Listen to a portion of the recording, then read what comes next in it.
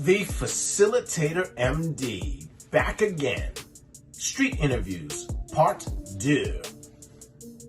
Let's show the remainder of some of the interviews that we took with strangers on the streets of Washington, D.C. We asked a few leading questions, but many times we just went with the flow. Listen to what people are thinking. Listen to what they're now saying. Strangers have opinions too. Remember to hit the subscribe button below, hit the notification bell, comment and share. The Facilitator MD. Let's go.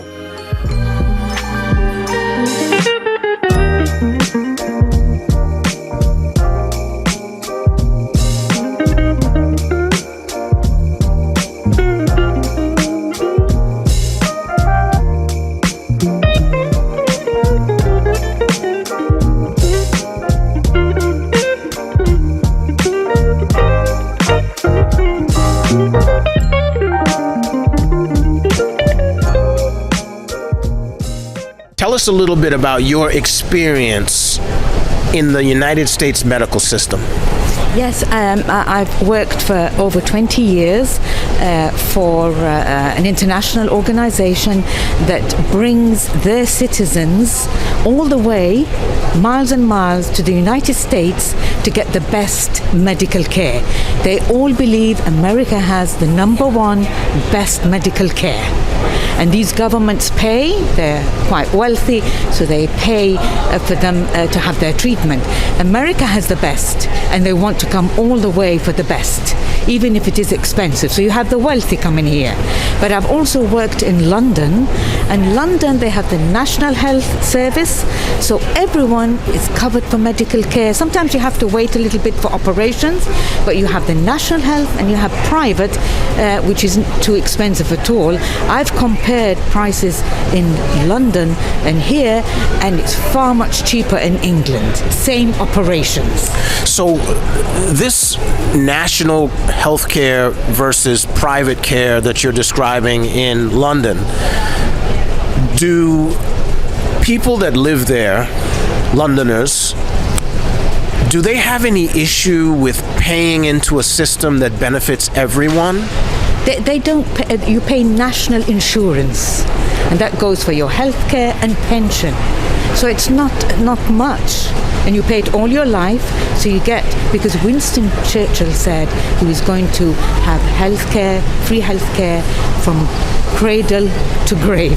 That's what he did for the British people.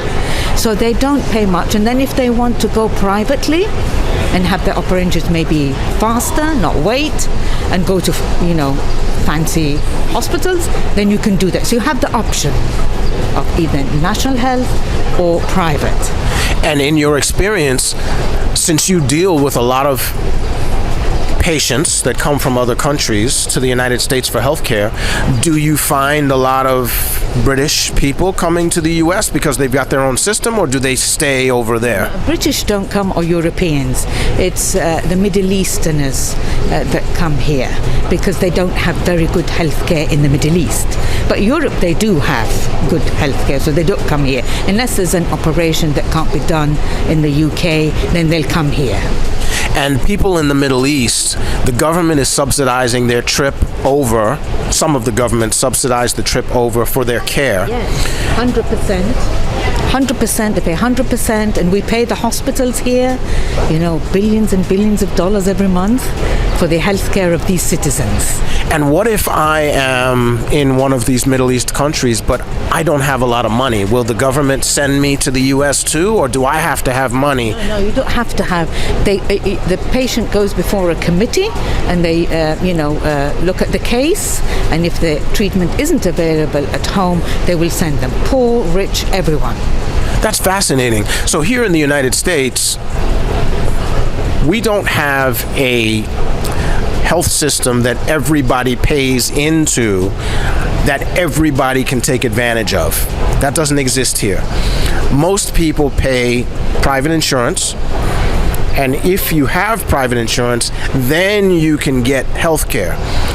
What do you think about that system coming from the outside? That's not good at all. I think America should have a system where people pay a little bit of money and have, like the British, national health care, so nobody's left out, nobody has to suffer. And I know people who lose their jobs and they lose their insurance, and then they get billed. If they're sick, they get hundreds, thousands of bills, get into debt. That's not good. I think America is a great country. They have the best medical care here, and I think something should be done for the people who need it. Have both. Have something that will help and cover the ordinary people, and then have private for those who want to go private.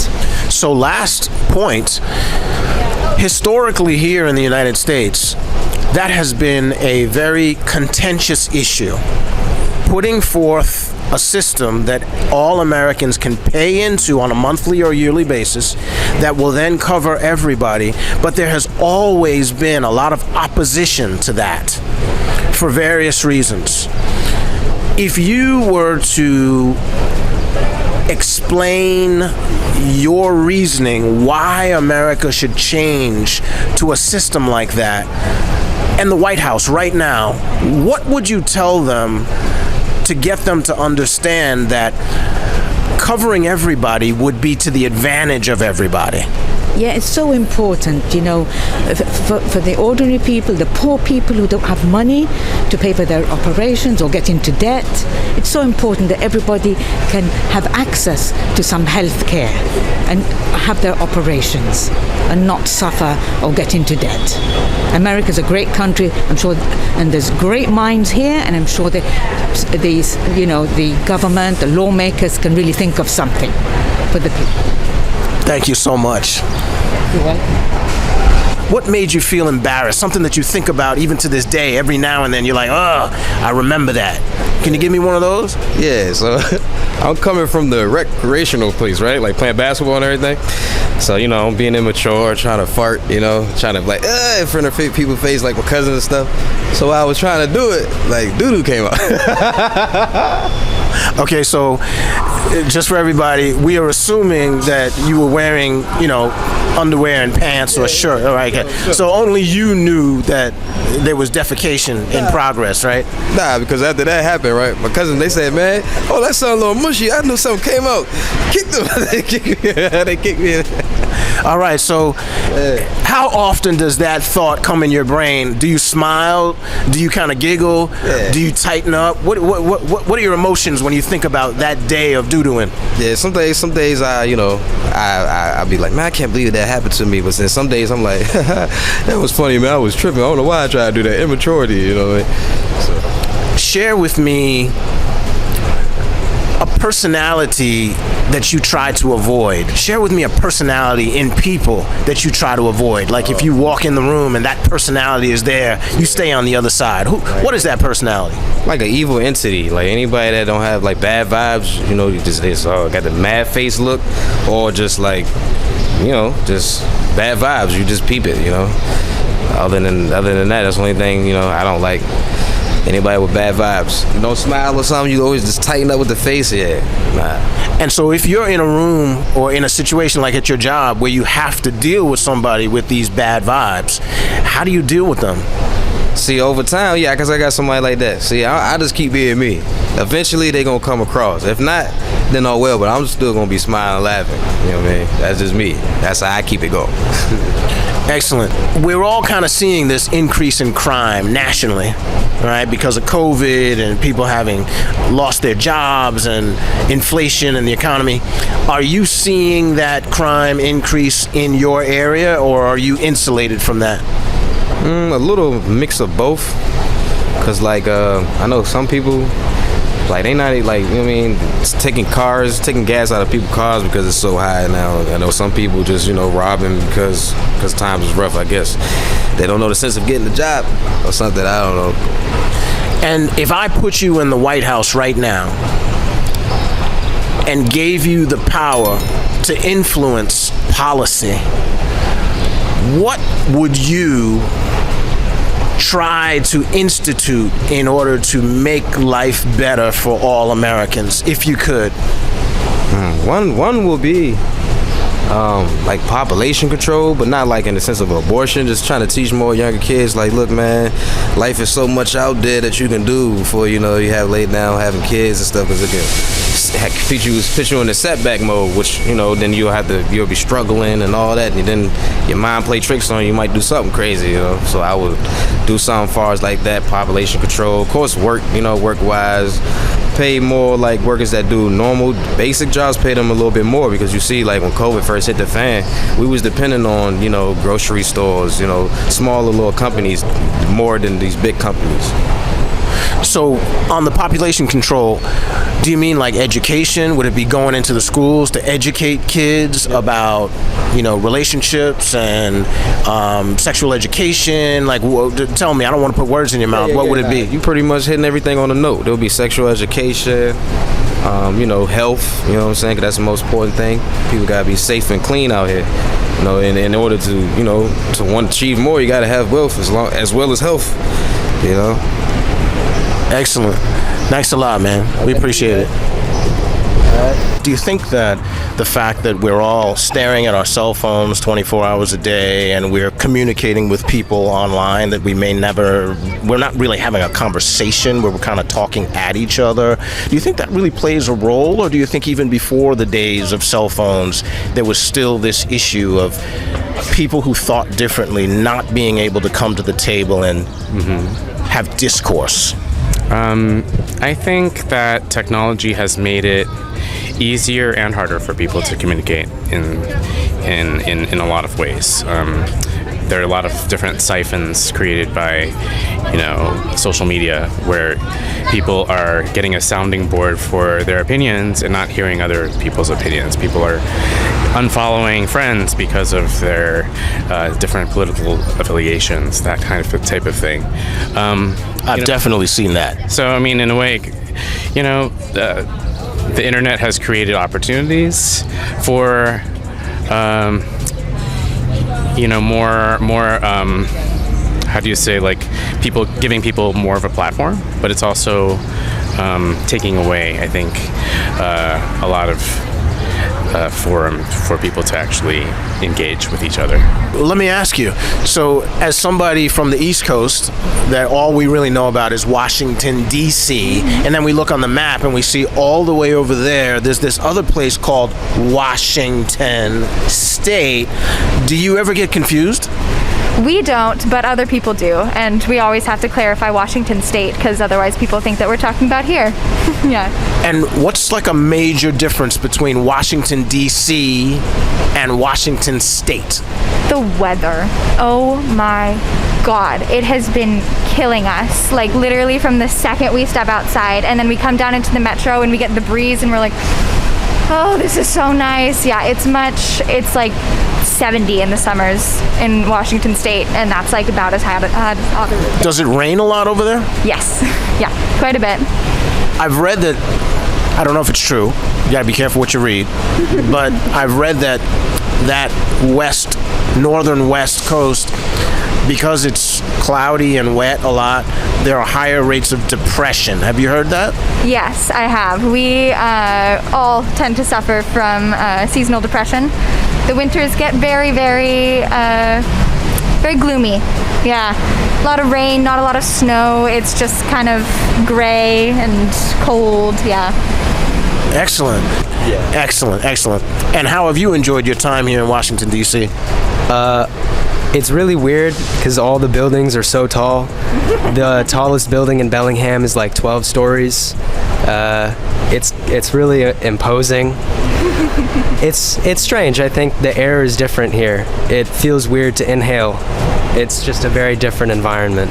So that's actually very interesting. Could you give me a little bit more? How about the people? Now, as you're walking around, obviously you're not talking to people in detail, but what's your vibe about this East Coast versus where you're from in terms of how people operate and how they talk, how they interact? We had some difficulty with a lady on the metro yesterday, and I thought she was really mad at me because she was like, I asked her what, and she was like, not what, I'm taking care of this. And I don't know, I guess she was just trying to tell me to back off and let her do her job. But people in Bellingham, Washington, they're definitely a bit more, I wouldn't say friendly, it's just a different type of... Less confrontational? It's a different type of rapport, yeah. It's different. It is not the case around the world that if you're born in a country, you're automatically given citizenship. In the United States, currently, the law is if you're born here, you're automatically a citizen. But that's being questioned by a lot in the political circles right now, by many. My question to you is, do you think that that is something that we should maintain, or should we change that rule? I think we should maintain that. I think that there should be more benefits for people who are citizens. I think that citizen is kind of a word that doesn't really have a lot of meaning in America. I think that, we have a lot of problems with undocumented workers and employers taking advantage of them. And I think that if citizen meant that you had more access to social welfare programs and maybe subsidization from whatever state you're in to get better education and to get better, unionization, I think that just being a participatory member of a society that feeds into it economically, you should have more benefits just for being present and having to live there. And so you would maintain that if you're born here in a hospital or a home or any building, that child should automatically get citizenship rights here in the United States. Otherwise, I question why it's being debated. What is the end result of repealing that policy? It is more deportation, it is violence against families, it is violence against children. I don't see anything wrong with the current system, and I really do think that it's being questioned in bad faith. We're not questioning this to see if it would really be a better system. We're questioning this to see if we can get more immigrants out of the country, Interesting. Any last thoughts on that one? I think that if you're born into a state and if you're not a citizen, if you don't belong to that state in any way, it's like you don't have a home, It's like you're not cared for by the people that watch over you. So I think that everybody if you're born in a state, you should have some sort of connection to that state on more than just, like a personal level. It should be a sort of a legal connection.